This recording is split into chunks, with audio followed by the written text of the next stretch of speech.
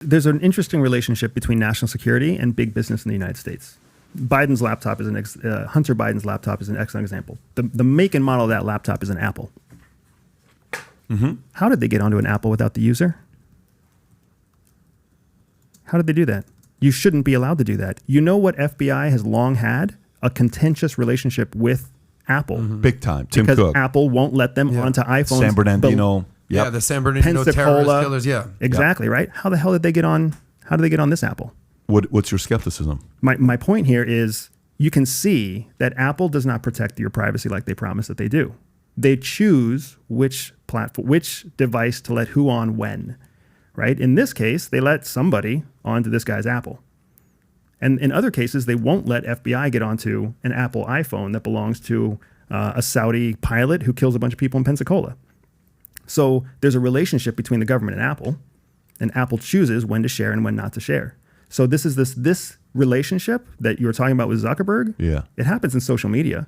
It happens in all big government, all big organizations, all big companies in the United States, because companies, if they get big enough, they have a responsibility to contribute to national security. Some play nicely, others play inconsistently, others don't play well at all.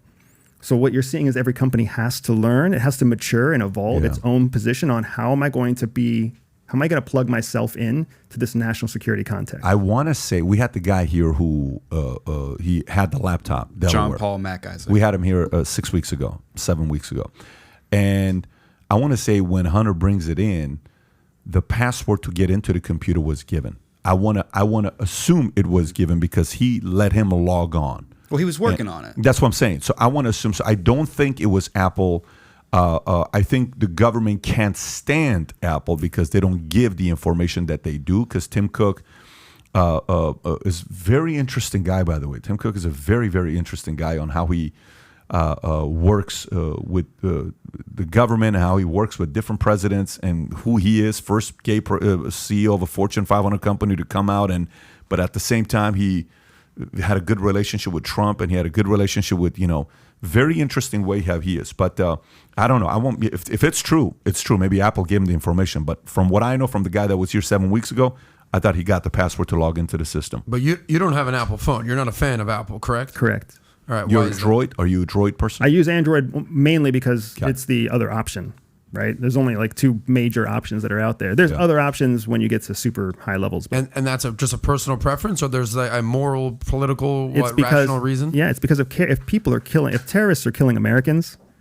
what business stance do you have as an American company to not help the FBI solve that case? You don't have to help them solve every case. But how the hell are you choosing to not protect? We can't investigate a Saudi Arabian phone.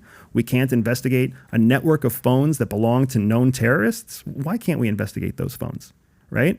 And you obviously have a way to get into the phone because you guarantee service to all of your clients. So you already have a backdoor. We don't need to know the code to the backdoor.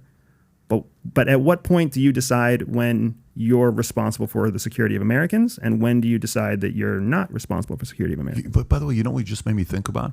You just made me think about. So how many employees does Apple have? 400,000? I don't know what the number. It's a massive number. You mean to tell me none of those guys on the inside who can't stand a president on either side won't somehow release the password to the government in a way that nobody will find out? I'm sure they could. So there's always leaks. So if you like this clip and you want to watch another one, click right here. And if you want to watch the entire podcast, click right here.